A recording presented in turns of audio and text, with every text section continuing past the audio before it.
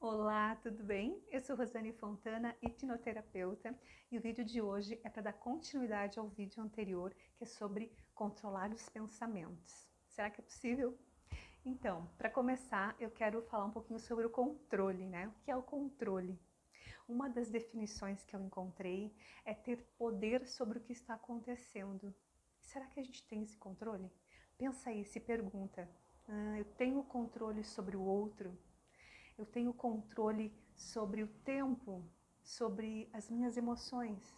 Eu tenho controle sobre os meus pensamentos. Tenho este poder de controle? Será? Se você acredita que você tem, se pergunte aí, como seria largar este controle? Como seria se dar o direito de viver com mais leveza? Um outro aspecto sobre o controle que eu quero trazer aqui para você é o seguinte: o controle é uma tentativa fracassada baseada no medo e na resistência. Veja bem, baseada no medo e na resistência. Quanto mais você resiste, mais força contrária você coloca. Mais você dá força para aquilo que você está tentando controlar, né? No caso, o pensamento. Então, toda essa resistência em tentar controlar o pensamento é como se a gente estivesse colocando fermento, como se a gente estivesse colocando mais energia, sabe? A gente está potencializando aquela tentativa de controle e essa mesma energia, né? Este mesmo fermento faz crescer o poder desse pensamento sobre nós. Olha só, tem, consegue observar isso no teu dia a dia?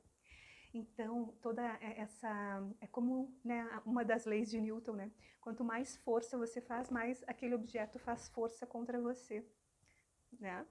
Então, a gente largar essa resistência, largar essa tentativa de controle, tira essa força do pensamento sobre nós. E aí você pode estar se perguntando, mas então eu não tenho controle, então eu não posso fazer nada, então eu estou à mercê da minha mente, do que a minha mente pensa? Não, nós podemos, né, nos utilizar do domínio.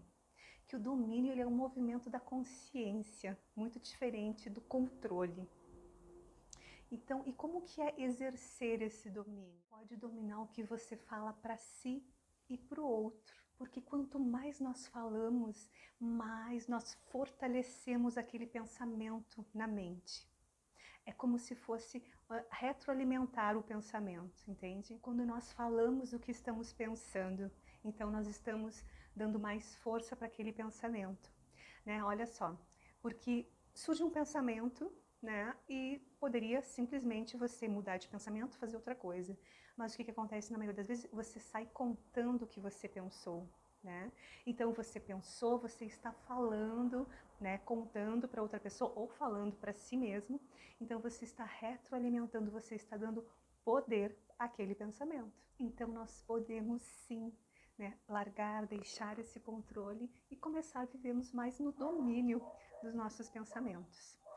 E como eu te disse da outra vez, né, exige um treinamento, porque nós já estamos condicionados ali naquele controle, né, que nós pensamos ter.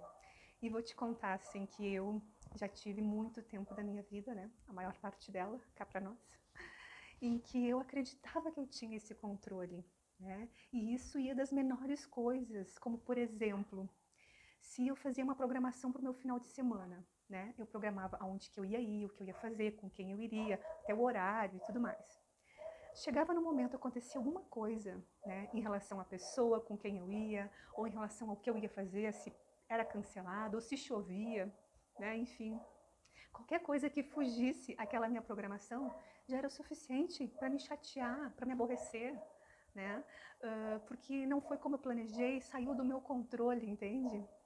Só que, claro, quando eu vivia isso, eu não sabia que eu era assim, né? Por falta de autoconhecimento. Então, mas tinha um incômodo, tinha um sofrimento, sabe? E isso era em tudo. De eu querer controlar, de eu querer que fosse do meu jeito. Eu acreditava que o meu jeito era o melhor. É, eu acreditava nisso. Então, de querer que seguisse um cronograma, uma programação, sabe? Sabe que até em relação aos meus estudos eu era assim. Eu fazia uma agenda de estudos. Isso não faz muito tempo. Eu fazia uma agenda de estudos, né?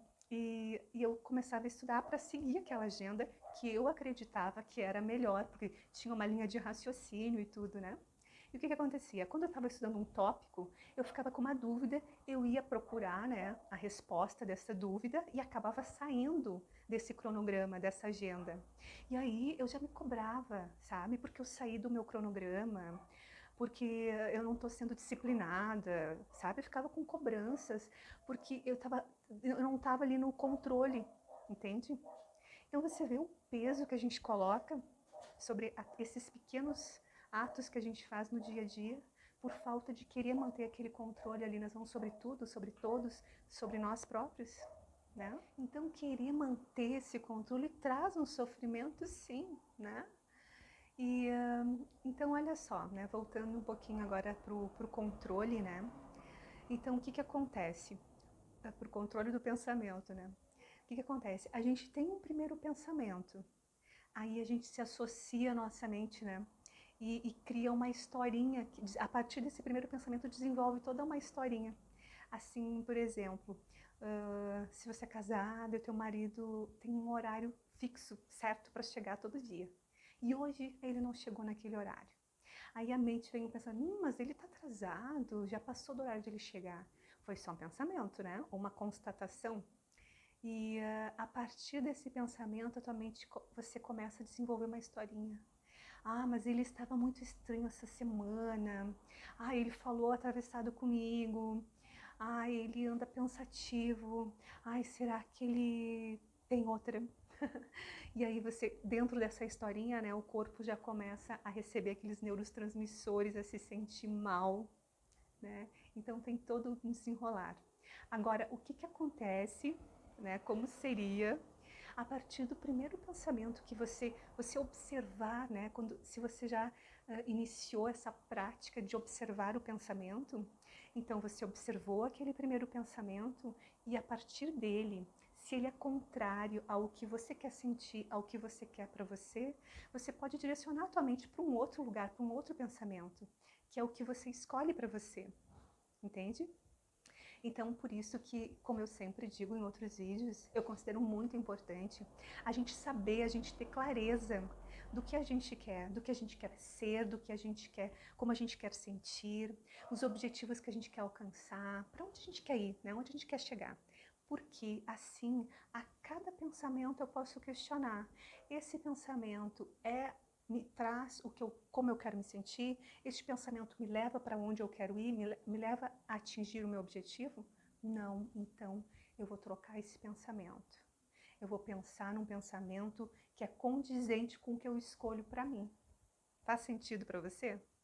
Então, repassando, lembra que a cada pensamento você observa aquele pensamento, você se pergunta se ele, né, te traz o que você quer, ou então você pode simplesmente, né, se dizer, é só um pensamento, eu não sou esse pensamento, eu não sou a minha mente. Aí você se desidentifica dele, sabe? E tem menos chance de você desenvolver aquela historinha toda. E lembrando que é um treinamento, né? Como eu venho falando. É um treinamento, exige a tua dedicação, o teu comprometimento em estar ali atenta, porque vai passar pensamentos que você não observou, com certeza vai. Mas aí no próximo você fica atenta, no próximo você observa. E só fazendo aqui um adendo também sobre este assunto, para te trazer um pouquinho mais de conteúdo, é assim, ó, quando eu trabalhava muito nessa questão e achava que eu jamais conseguiria, né, mudar os meus pensamentos, pensar mais positivo, eu comecei assim trabalhar mais a minha fala, sabe, a minha linguagem, a falar de uma forma mais positiva, né, para ver se eu teria algum resultado em questão aos pensamentos, né, se consequentemente melhoraria os meus pensamentos.